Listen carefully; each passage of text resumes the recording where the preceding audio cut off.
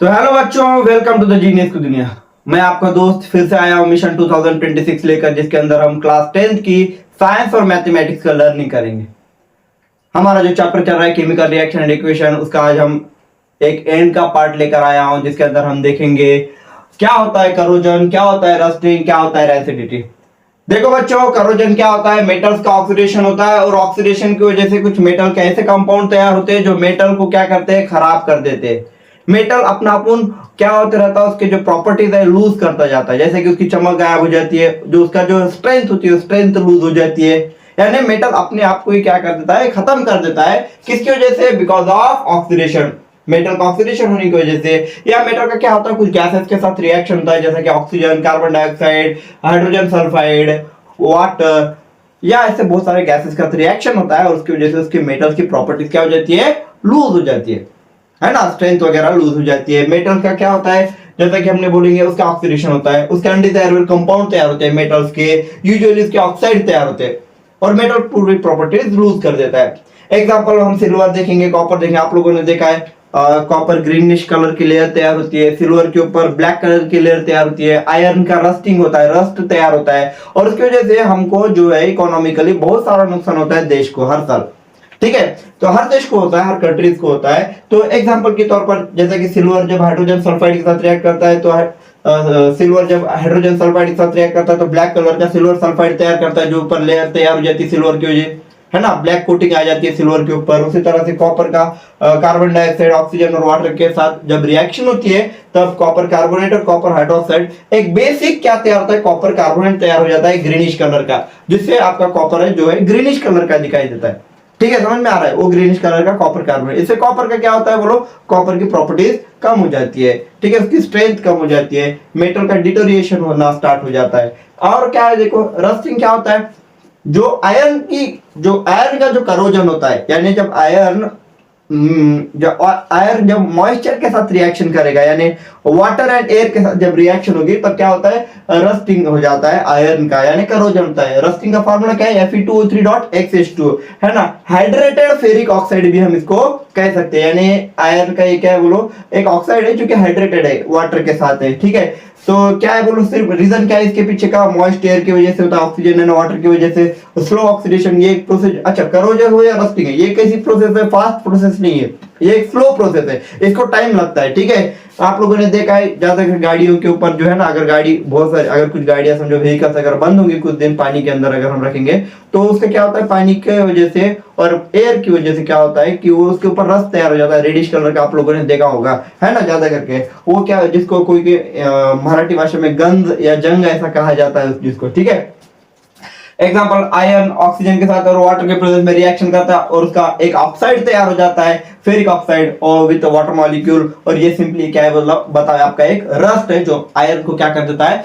पूरा सा खराब कर देता है। ठीक है, टर्निश मेटल्स की चमक वगैरह गायब हो जाती है, मेटल का र्यूल्स है ना, रस्टिंग वजह से जो उसकी स्ट्रेंथ है, या हम ऐसा बोलेंगे करोजन की वजह से बोल सकते हैं हम उसको, उसकी स्ट्रेंथ क्या हो जाती है बताओ, कम हो जाती है। ठीक है, तो ये था रस्टिंग और करोजन, ये सब ऑक्सीडेशन प्रोसेस है सिंपली। और रेसिडिटी क्या है, रेसिडिटी इज आल्सो ऑक्सीडेशन। जो हमारा जो अनाज होता है, जो फूड होता है ना, जैसा कि आपके जो भी फूड मटेरियल है, उसके अंदर फैट होता है और ऑयल होता है। अगर हम उसको लंबे समय तक, है ना, अगर उसको खुली एयर के अंदर रखेंगे तो उसका ऑक्सीडेशन हो जाता है, और उसकी वजह से वो रैंसिड हो जाते हैं, यानी खराब हो जाते हैं, है ना। यहाँ पर क्या लिखा है, आपको थोड़ा सा लाइट्स की वजह से नहीं दिख रहा होगा, लेकिन यहाँ पर क्या लिखा हुआ, oxidation of fat and oil for long time. ठीक है, अगर हम फैट और ऑयल को ज्यादा समय तक खुली एयर में रखेंगे तो क्या हो जाता है, उसका रैसिडिटी हो जाती है, यानी वो खराब हो जाता है। ठीक है, और उसकी वजह से क्या हो जाता है, उसके अंदर से एक फॉल्स स्मेल आने, गंदी स्मेल आना स्टार्ट होती है, और उसका टेस्ट बिगड़ जाता है। तो इसको सिंपली हम क्या बोलेंगे, रैसिडिटी बोलेंगे। ठीक है, इससे अनाज क्या हो जाता है, हमारा खराब हो जाता है। तो इसके लिए हम क्या करेंगे, एक अनप्लेजेंट स्मेल और बैड टेस्ट हो जाता है उस फूड मटेरियल का, है ना, वो फैट और ऑयल की वजह से। ये बात याद रखो। तो हम उसको प्रिवेंशन कैसा करेंगे, कुछ प्रिवेंशन मेथड है, जैसा कि हम क्या कर सकते हैं रैंसिडिटी रोकने के लिए, बाय यूजिंग एंटीऑक्सीडेंट। ये एग्जाम में, बोर्ड एग्जाम में ज्यादा करके 2 या 3 मार्क को क्वेश्चन पूछा जाता है कि what are the bad effect of oxidation, है ना। ये क्या है सब, ये बोलो करोजन, रस्टिंग, रैंसिडिटी, ये बैड इफेक्ट्स है किसके, ऑक्सीडेशन के।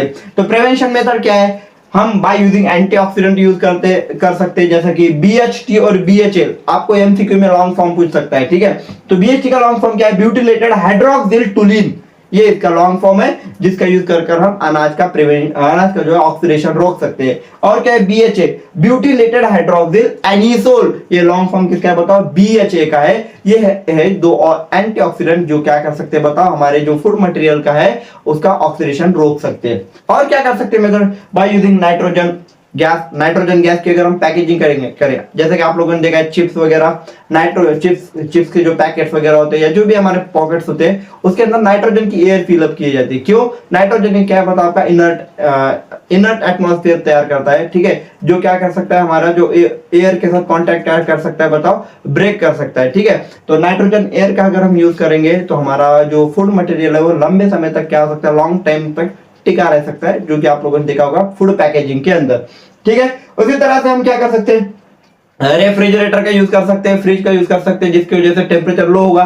हमने देखा था रिएक्शन का रेट क्या होता है, अगर टेम्परेचर लो हो तो स्लो हो जाता है, तो हम रेफ्रिजरेटर का यूज कर सकते हैं। और क्या यूज कर सकते हैं, एयर टाइट कंटेनर, अगर हम ज्यादा करके उसको एयर टाइट डब्बे के अंदर रखेंगे, यानी ऑक्सीजन का एयर कॉन्टैक्ट अगर हम ब्रेक कर देंगे तब भी क्या हो सकता है ना, एयर टाइट कंटेनर, अगर आप लोगों ने देखा होगा आपकी जो माता है ज्यादा करके डब्बों के ऊपर क्या ना कागज लगा कर रखती है, जिससे क्या होता है ऑक्सीजन के साथ कांटेक्ट क्या हो जाता है, एयर के साथ कांटेक्ट ब्रेक हो जाता है, और हम क्या कर सकते हैं, हमारे जो फूड मटेरियल का प्रिवेंशन कर सकते हैं ऑक्सीडेशन से। और exposure to food into the light prevent, है ना, अगर हम प्रिवेंशन करेंगे ज्यादा करके सनलाइट में आने से फूड मटेरियल का, तब भी क्या हो सकता है, हमारा रेसिडिटी स्टॉप हो सकता है, ठीक है। तो बच्चों ये क्या था, तीन हमारे ऑक्सीडेशन के क्या थे बताओ, एक बैड इफेक्ट थे जिसके अंदर हमने देखा करोजन देखा, रस्टिंग देखा, रैंसिडिटी देखा, ठीक है। और ये सब क्या है बताओ, ऑक्सीडेशन प्रोसेस है, और इसकी वजह से मेटल्स का नुकसान होता है, और इसकी वजह से हमारे फूड मटेरियल का नुकसान होता है ना।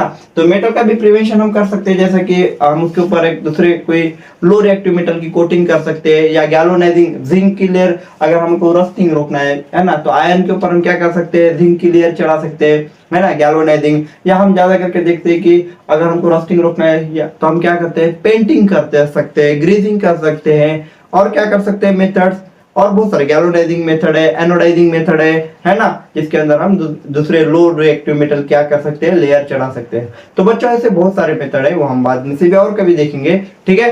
तो आज के लिए इतना जो हमने देखा, करोजन, रस्टिंग, रैंसिडिटी, आज के लिए जो हमने देखा इतना काफी है, तो है ना बच्चों।